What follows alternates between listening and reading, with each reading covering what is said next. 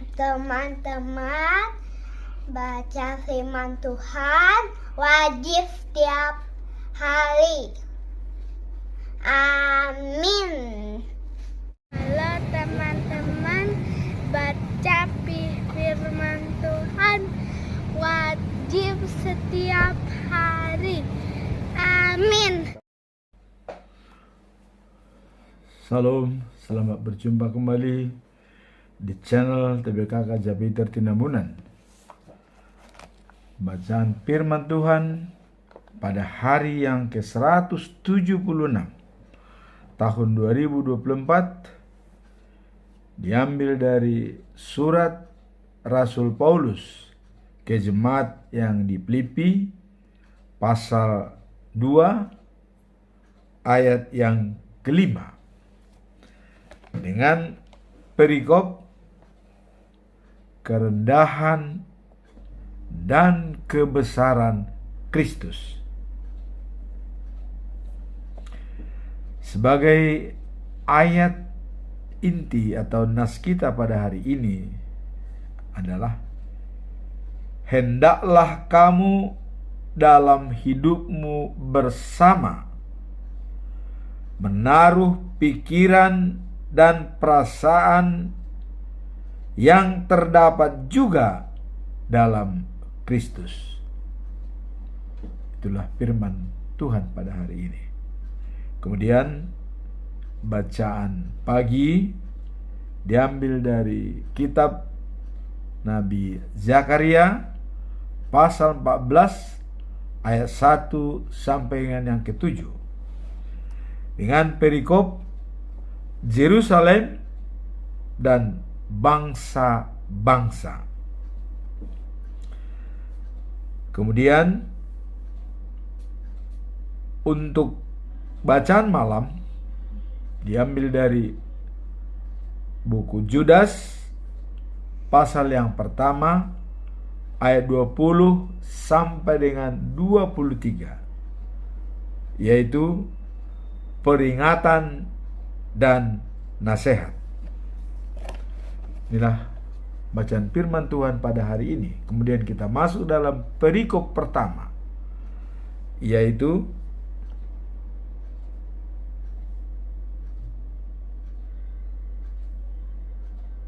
kerendahan dan kebesaran Kristus. Apa yang dimaksud dengan kerendahan dan kebesaran dalam Kristus? Kalau kita baca dalam Filipi pasal yang kedua ayat 8 sampai 9 disebutkan sebagai berikut. Maka ia merendahkan dirinya serta taat sampai mati, bahkan mati di kayu salib. Karena itu Allah sangat meninggikan dia dan memberikannya nama yang lebih tinggi daripada segala nama. Bahkan dia duduk di sebelah kanan Allah Bapa. Sebagai kebesarannya, ya, datang ke dunia itu, dia anak Allah. Dan kita tahu bahwa semua makhluk memuji dan memuliakan Tuhan Allah. Kalau dia disebut anak Allah, itu sangat besar dan sangat terhormat, ya. Anak yang maha kuasa turun ke bumi. Oh, itu sangat besar, ya. Tapi ya, dengan kerendahan hati dia bersedia merendahkan dirinya dengan menjadi manusia. Jadi walaupun dia sebagai anak Allah, tapi dia merendahkan dirinya sama seperti manusia biasa. Sama. tidak ada bedanya. Ya. Dan bahkan ya, orang penyamun pun mati di kayu salib. Yesus pun mati di kayu salib. Tapi apa bedanya kematian di kayu salib dengan orang-orang penyamun berdosa dengan seperti Yesus? Dia memenangkan kayu salib, memenangkan kematian.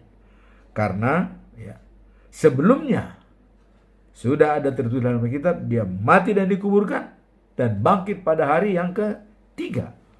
Nah, Yesus bangkit pada hari yang ketiga dan sudah ditinggalkan kematian itu. Dia mengalahkan kematian itu dengan sempurna.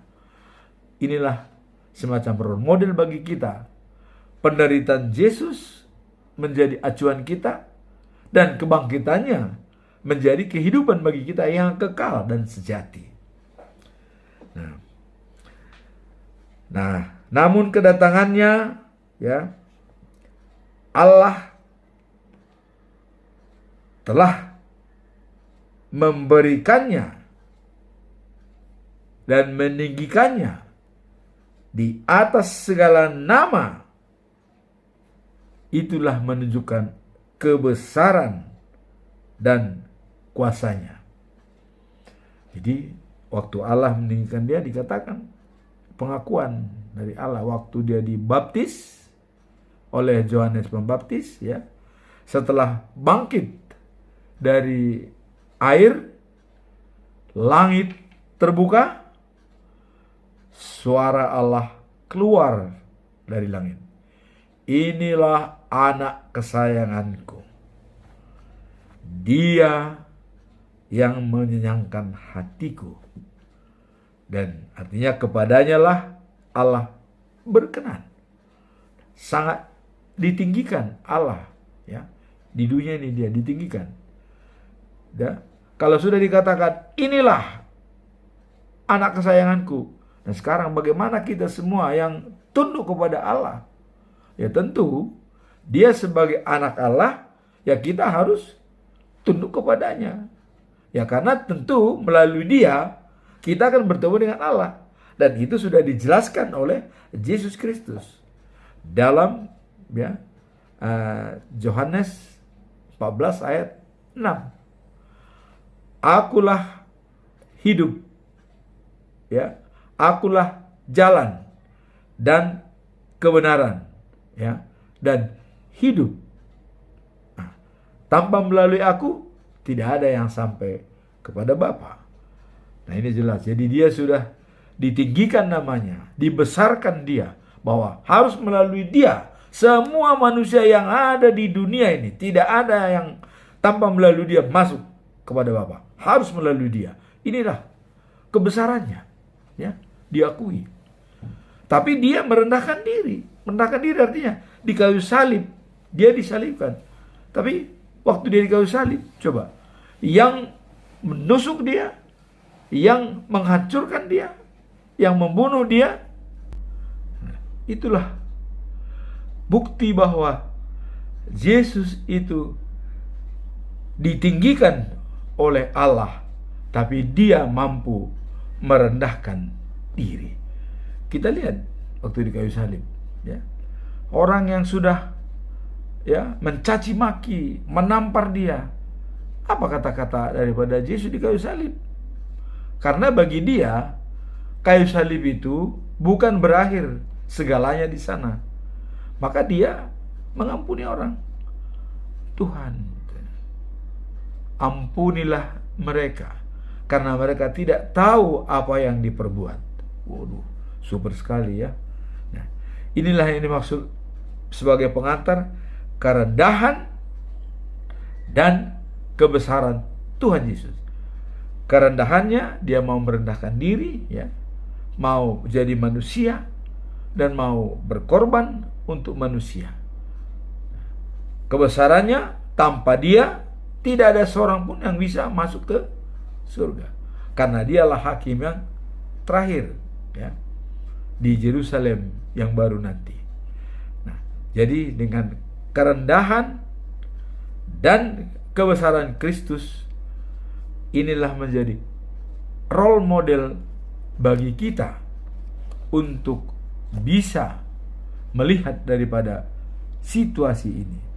Nah, kemudian Tuhan Yesus menyatakan tentang kerendahan hati dalam Injil Lukas pasal yang ke-14 ayat 11.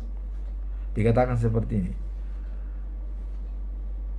Barang siapa meninggikan diri, ia akan direndahkan. Dan barang siapa merendahkan diri, ia akan ditinggikan. Nah, ini sudah terbukti pada Yesus Kristus. Dia direndahkan di dunia, dicaci maki, diludahin, ya, disalibkan, ya. Tapi dia ditinggikan oleh Allah, naik ke surga, bangkit ke surga, ya, dan duduk di sebelah kanan Allah Bapa untuk menghakimi orang yang mati dan yang hidup. Nah, berarti ada nanti manusia, ya, belum sempat mati tapi dihakimi, ya, makanya dia menghakimi orang yang mati dan yang hidup. Nah, kemudian surat ini, inti nats ini adalah merupakan surat Rasul Paulus mengatakan kepada jemaat di Filipi, ya. Jadi Paulus menyampaikan pesan kepada jemaat yang di Filipi seperti ini. Kalian kuat dan bersemangat, katanya. Nah, ada catatan, kalau kalian bersatu dengan Kristus. Nah, jadi kembali lagi, ya. Kalian kuat, ya, dan bersemangat kalau kalian bersatu dengan Kristus. Dan juga dikatakan akan terhibur karena kasih Yesus Kristus, ya. Kalian dibimbing oleh Roh Allah. Jadi Roh Allah membimbing kita, ya. Dan kasih Kristus yang menemani kita. Nah, dibimbing oleh Roh, yaitu Roh penolong. Karena pada saat Yesus naik ke surga, siapa lagi yang menemani manusia? Yaitu adalah Roh Allah, ya. Roh Allah yang menemani manusia. Nah, kemudian apabila seseorang sudah dibimbing oleh Roh Allah, sepantasnya dia adalah bersatu dengan Roh Allah. Ini kuncinya. Nah, janganlah, katanya, melakukan sesuatu, ya, yang didorong oleh keinginan diri sendiri atau kepentingan diri sendiri, ya, atau menyombongkan diri, ya. Berpikirlah, katanya, dan berbuat rendah hati, ya, dan harus bisa menganggap orang lain lebih baik dari kita. Jadi kalau kita tuh rendah hati itu harus bisa menganggap, wah, saya tidak ada apa-apa, orang lain lebih baik dari saya, tapi saya tetap setia kepada Tuhan, ya, selalu jujur, tidak mengambil keputusan waktu emosi, dan pergi dengan hati yang tenang.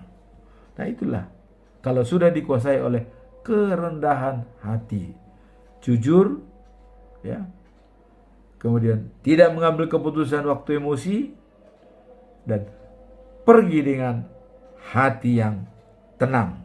Nah, dan juga selalu memperhatikan kepentingan orang lain, bukan hanya kepentingan diri sendiri, ya.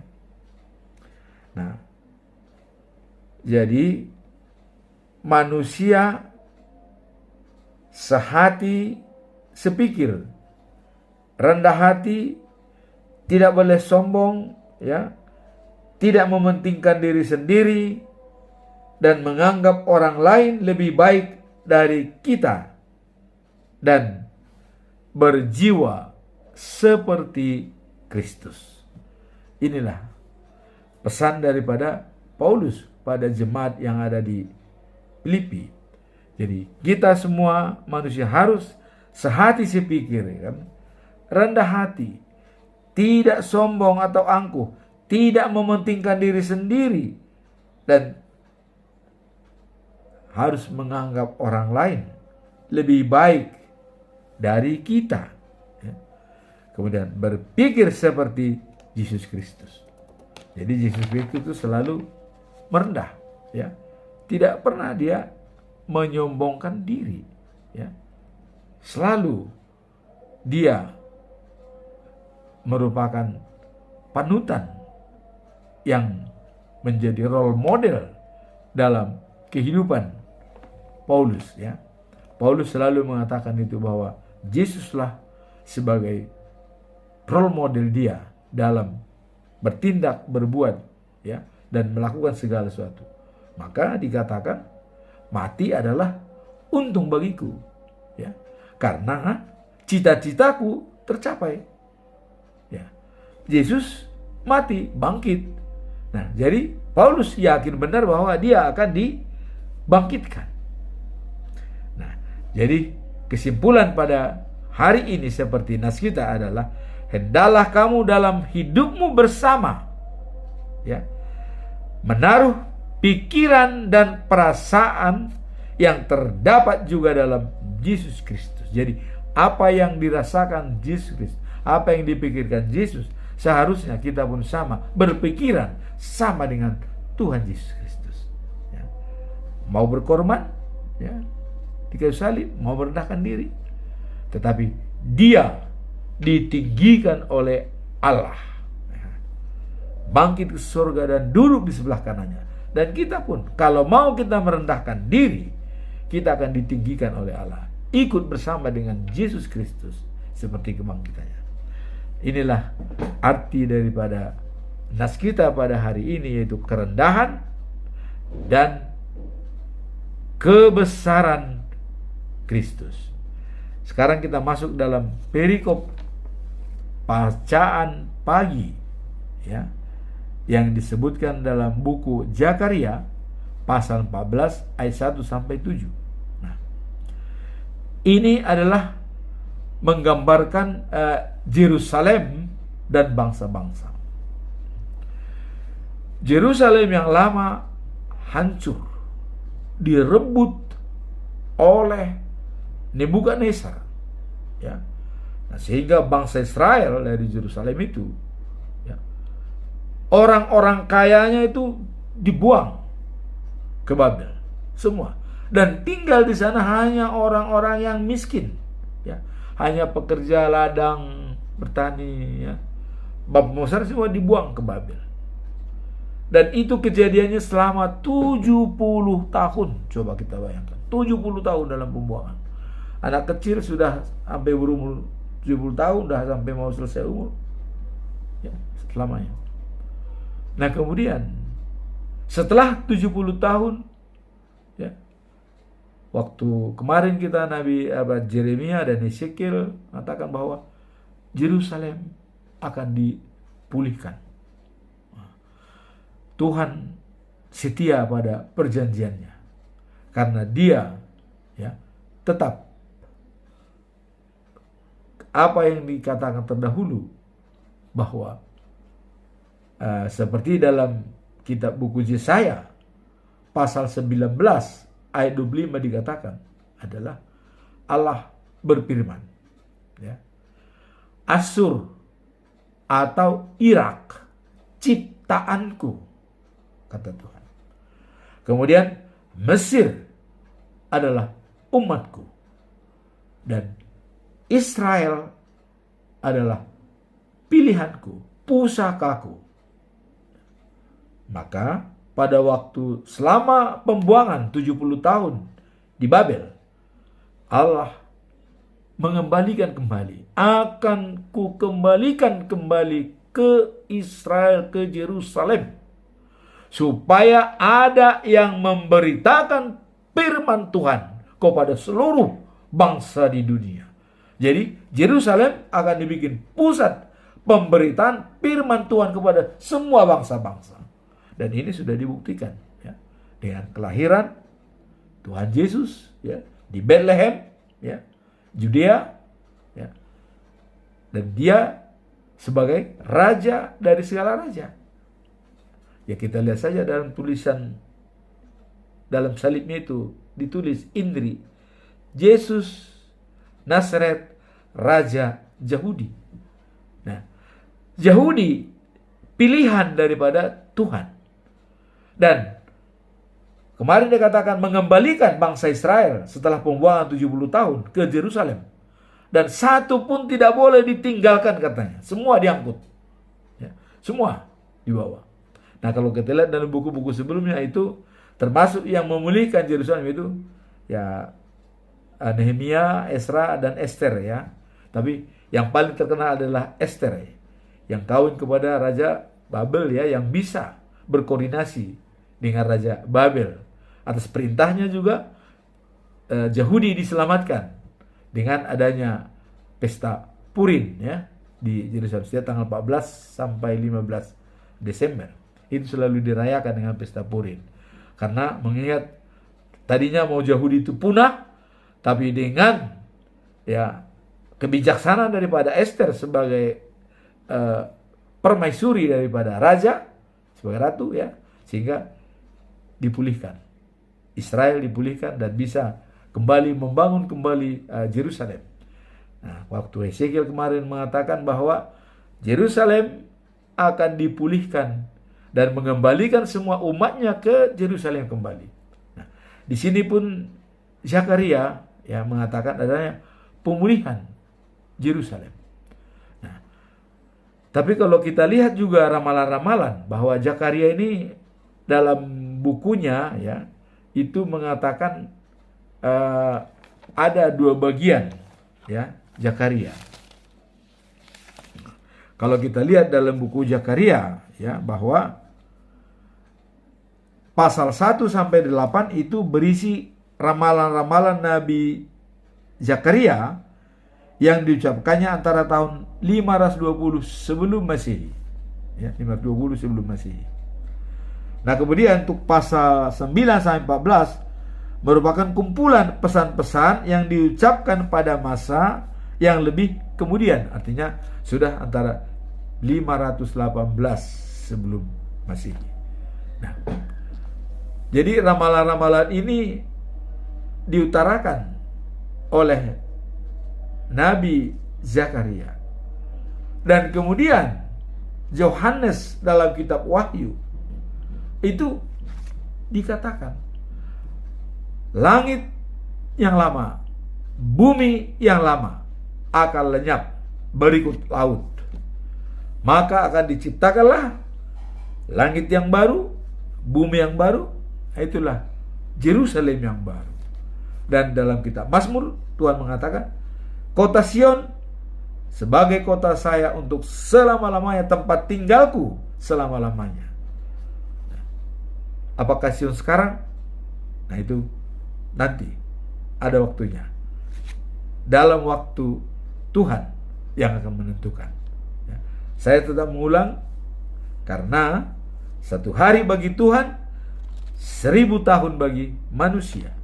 Jadi kita baru 2 hari setelah Yesus lahir, setelah Masehi ya.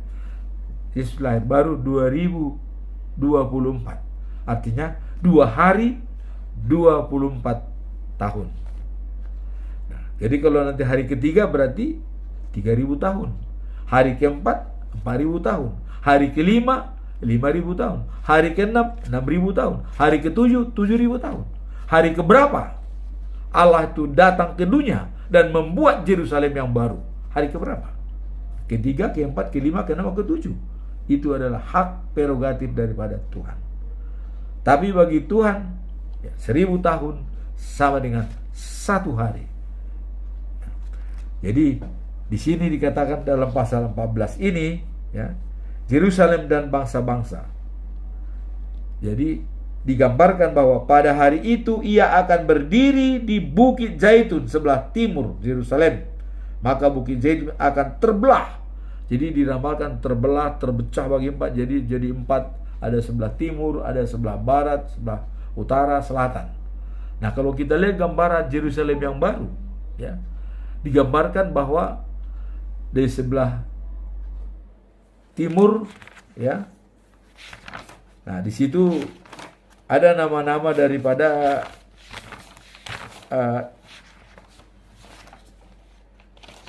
murid Tuhan Yesus itu sebagai pondasi. Nah, tapi di dalam ukuran Yerusalem yang baru, ya, itu nama-nama daripada suku atau anaknya Yakub, ya. Anaknya Yakub. Nah, sebelah timur itu kita juga kemarin menulis, itu ada nama pintu gerbangnya, itu ada 3 sebelah timur. Pintu gerbangnya itu nama Joseph, Benjamin, kemudian Dan. Itu sebelah timur. Kemudian sebelah barat namanya adalah Gad, Aser, dan Naphtali. Kemudian sebelah utara itu nama pintu gerbangnya nama Ruben, Juda, Levi.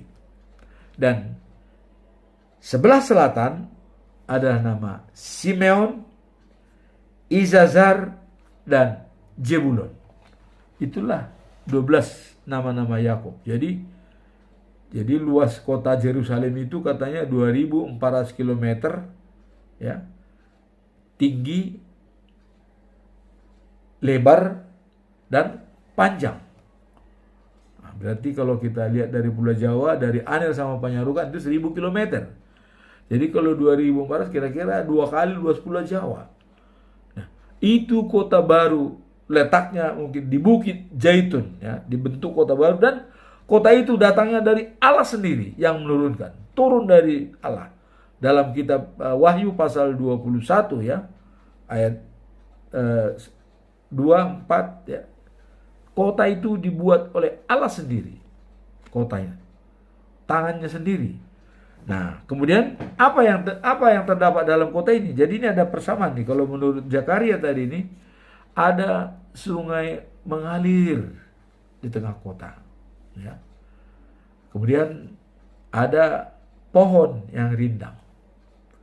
Nah, kalau bentuk kota itu dalam Wahyu, ya, dikatakan bahwa halamannya adalah emas, jalan rayanya adalah emas, ya, emas murni. Nah, kemudian yang memimpin di kota itu adalah Allah sendiri bersama dengan manusia yang ada di dunia ini yang berkenan kepadanya. Nah, itulah yang berada di dalam Yerusalem yang baru. Nah, jadi dalam kitab Zakaria ini pun menggambarkan, ya, Yerusalem yang baru untuk bangsa-bangsa. Kapan itu terjadi? Kita hanya melihat hari Tuhan. Namun gambarannya sudah diberitakan.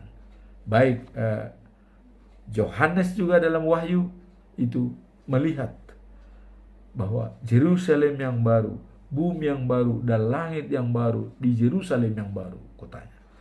Ini patutlah kita sebagai orang Kristen sangat mengidam-idamkan ini sebagai tujuan akhir hidup kita, life after life.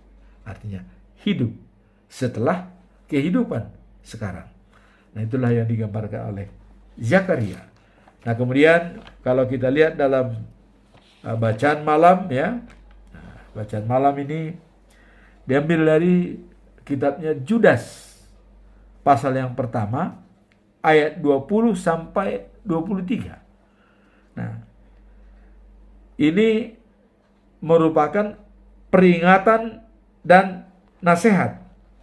Nah, tapi Judas di sini bukan Judas Iskariot, tapi Judas yang saudaranya Yakub, ya. Bahkan dikatakan Judas anaknya Yakob, ya, saudara Yakob. Nah, jadi juga murid Tuhan Yesus bukan Judas Iskariot. Nah, kemudian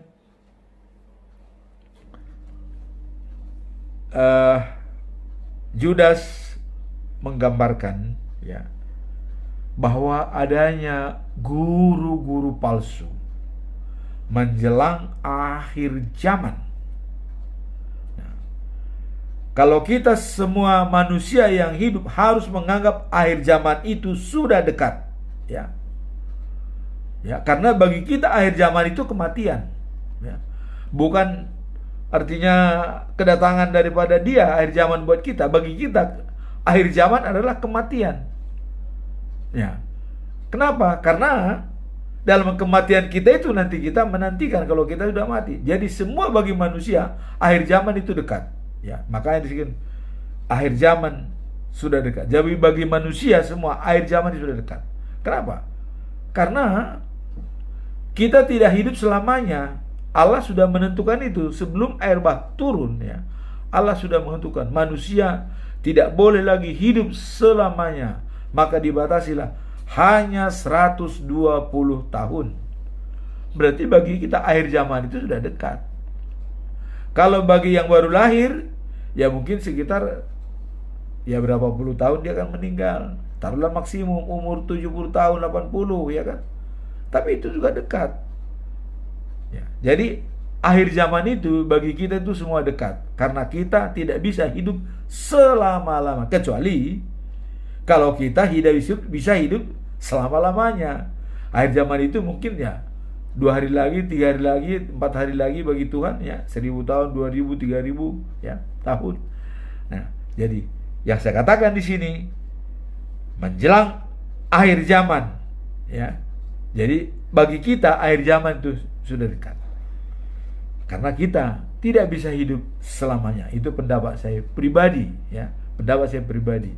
Ya, bisa saja mungkin pendapat lain, tapi bagi saya akhir zaman sudah dekat. Karena saya tidak bisa hidup selama-lamanya di dunia ini.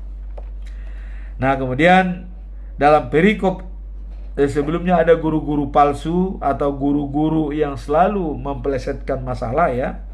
Jadi dikatakan bahwa menjelang akhir zaman akan muncul orang-orang yang mengejek kalian, katanya. Jadi mengejek kalian, kita sebagai pengikut Kristus diejek.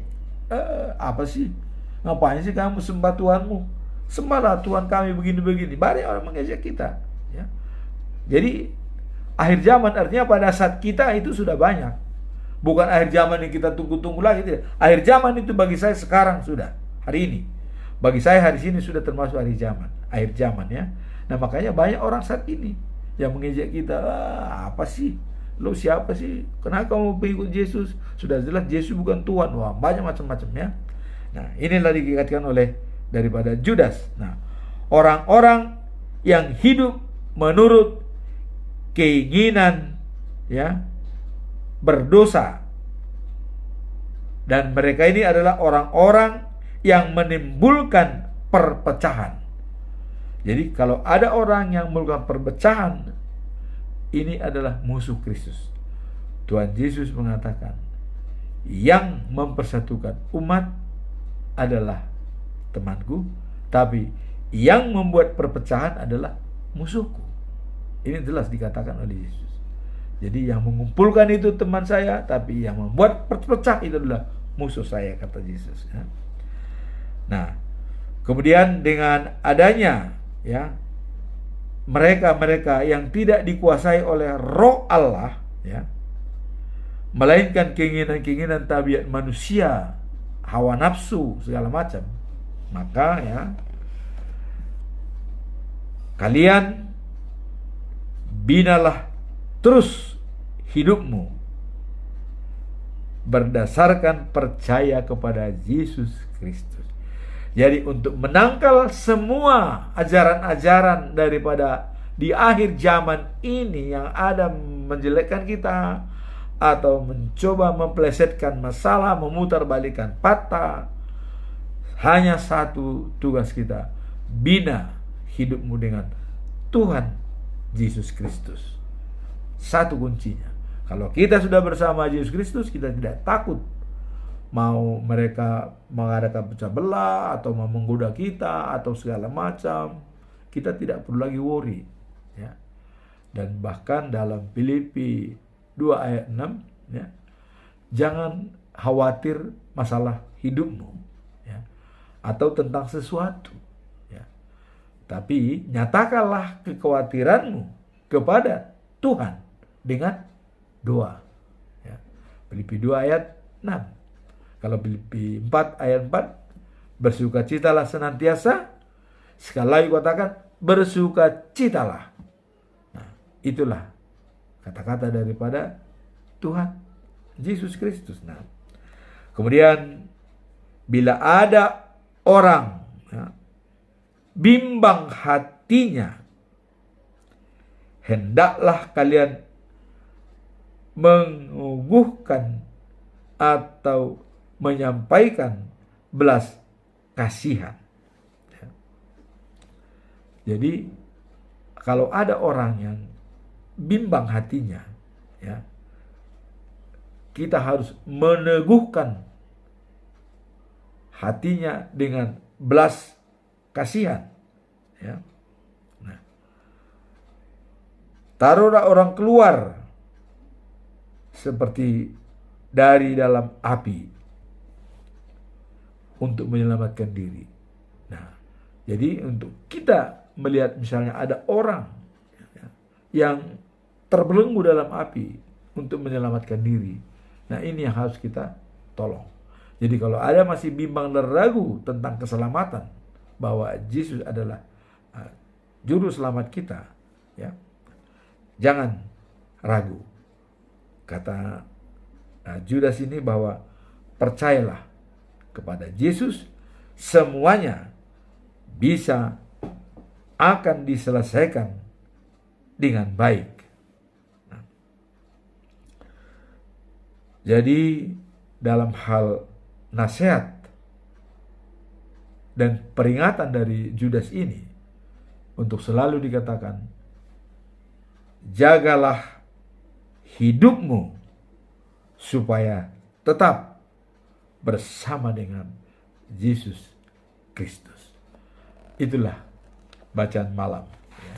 Nah, kemudian kalau kita lihat kesimpulan dari semua ini, yang pertama tadi dalam perikopnya adalah kerendahan dan kebesaran Kristus. Kebesarannya, dia sebagai anak Allah. Kerendahan artinya dia rela menjadi anak manusia yang berkorban di kayu salib dan mati. Wah, ini jadi dia tinggi sekali, tapi dia direndahkan sekali, ya, dihina. Dia sebagai anak Allah, tapi kok bisa dihina? Nah, itulah yang dikatakan kerendahan hati dan kebesaran Allah. Kemudian Zakaria mengatakan bahwa Yerusalem akan dibangun, dan itu Yerusalem yang baru untuk segala bangsa-bangsa di dunia ini, ya. Dalam kitab Wahyu pun, langit yang baru, bumi yang baru akan diciptakan oleh Allah sendiri, dan Allah sendiri di sana yang akan memimpin kota tersebut. Nah, kemudian dinasihati oleh Judas supaya kita tetap menjaga hidup kita bersama dengan Kristus. Apapun godaan, bagaimanapun hasutan-hasutan dari orang untuk menggugah keyakinan kita, kita tetap bersama Kristus, tetap hidup bersama dengan Tuhan Yesus dan Roh penolong yang selalu menolong kita setiap hari. Semoga firman Tuhan pada hari ini dapat bermanfaat untuk kita renungkan, untuk setia dan taat kepada Tuhan Yesus Kristus sebagai juru selamat, sebagai jalan dan kebenaran dan hidup yang kekal dan sejati. Amin. Tuhan memberkati. Subscribe, comment, and share. Bye. Thank you for watching.